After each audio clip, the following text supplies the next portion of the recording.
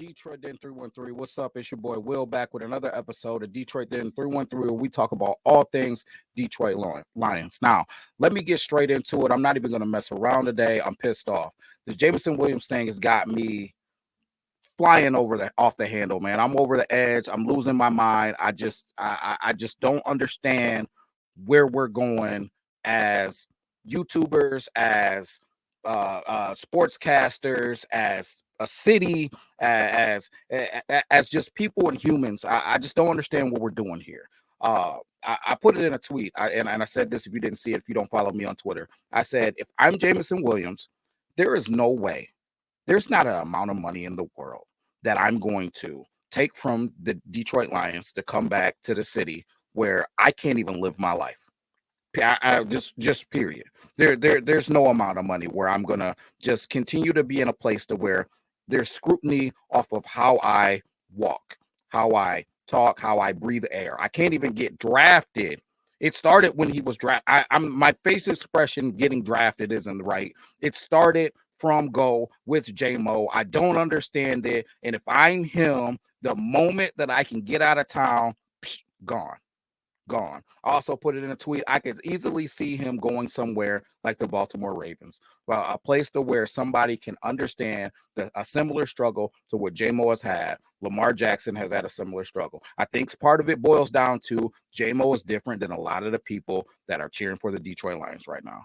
J-Mo is different than a lot of the people who are trying to put him into a box and say that he should act a certain way, he should do certain things, he should hang out at certain places, and that's not who he is. It's not where he comes from, and it's not what he wants to be. I don't understand it. Why do we got a problem with J-Mo going down to the hood? Because other Detroit Lion players don't do it, right? Because he doesn't look like other Detroit Lions players, because you may not understand it and you may not feel comfortable going down there. I don't understand it, right? If he's not doing negative things, why not have someone be able to represent an area that a lot of people don't get represented? Man, I just don't understand why people hammer things that they don't understand. How about learning about it? How about asking some questions, right? I just don't get it. Also, just podcasters, sportscasters, why are we so quick to race and try to put information out when we don't even have all the information? The moment something gets put out on Twitter, or it gets reported somewhere, it's getting reshared, it's getting talked about, shows are being done about it, that talking about it like you have all of the information. I don't understand it, guys. We got to stop trying to race to try to get views, to try to be the person who gets stuff out the quickest, because it's not fair to the people that it's actually affecting. There are real humans that these things are actually affecting, right?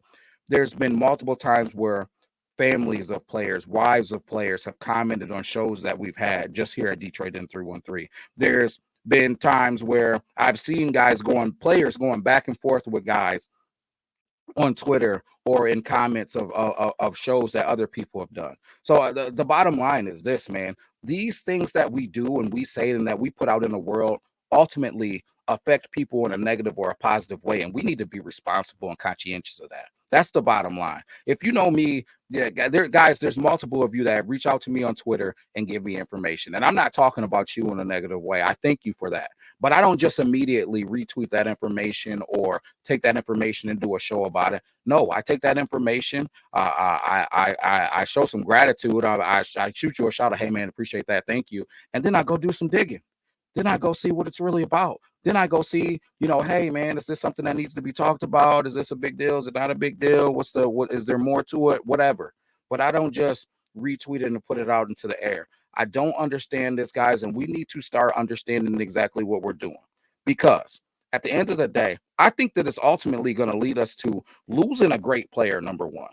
Because if I'm J-Mo, I'm not coming back here. Why would I stay here? Why would I stay here? And I'm not talking about because of what the Detroit Lions as an organization are doing, because what are they doing? They're standing behind their dog. This situation happened on October 8th. Dan Campbell has talked about how he stands behind J-Mo since then, right? So obviously he knows about the situation and he feels comfortable enough to say that he stands with J-Mo and he is cheering for J-Mo and he thinks that J-Mo is going to be just fine. So if he didn't say that, he wouldn't say that, because in the past, when he was going through some things as a youngster, Brad and Dan has said he's got to be better. So it's not like they're beyond telling the truth and being transparent and saying what needs to be done. We got a lot of guys on this coaching staff and in this organization that are ex-players. I've said it before. These guys have seen all different types of guys, and they have an understanding of how to meet people where they're at. As a fan base, we need to start understanding how to meet people where they're at. Because I think part of it is too. It's a different fan base from the 0-16 fan base that when you go to a Detroit Lions game and you were pretty sure you were going to see people fighting in the stands and it was going to be crazy. It's a different fan base now, which is cool. Like, I'm not taking anything away. The team is thriving. The city is thriving. The stadium's rocking. I'm here for all of that. But let's have an understanding of there is people come from all types of places, demographics, and different scopes, right? And that's fine. We need to appreciate all of it, because when that man is scoring touchdowns, I don't see anybody complaining about what he's doing. This man is not out here beating women, right? This man is not out here smacking babies, right? This man is not out here selling drugs or killing people like Aaron Hernandez. Let's put this in its place, man. Has he made a few mistakes? Absolutely, he has. He has, but this stuff has not been egregious. Just even with this substance abuse thing, because I know it's coming in the comments. You just had this situation. From what I understand, it was ADHD medicine.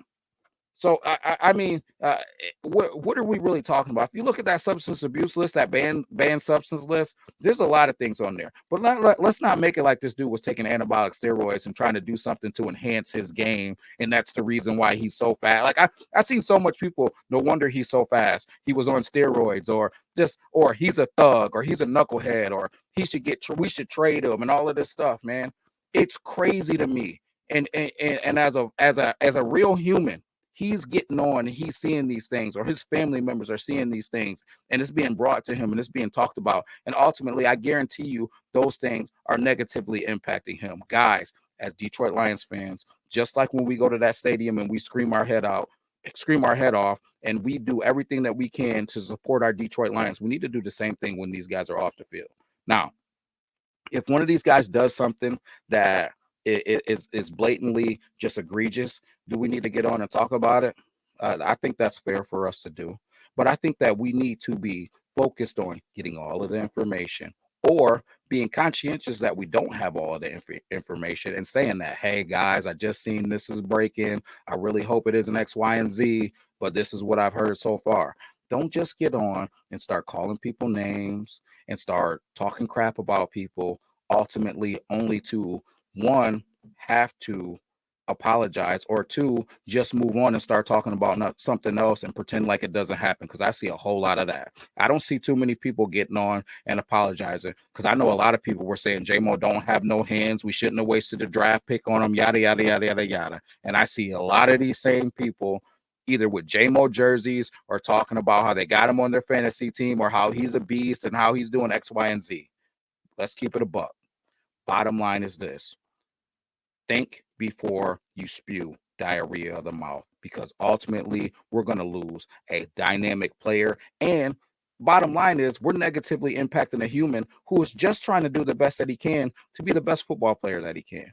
So guys, put it in the comments. Let me know how you're feeling. If I'm completely off base, I'm here to talk about it. I'm ready to get in these comments and talk about it. And I'm ready to get in these comments and talk about it fairly, because where I'm sitting, I just don't understand why you would ever want to be talking about somebody else without having all of the information. So let me know how you're feeling. That's my vibe for today. I'll be back with another episode. Peace.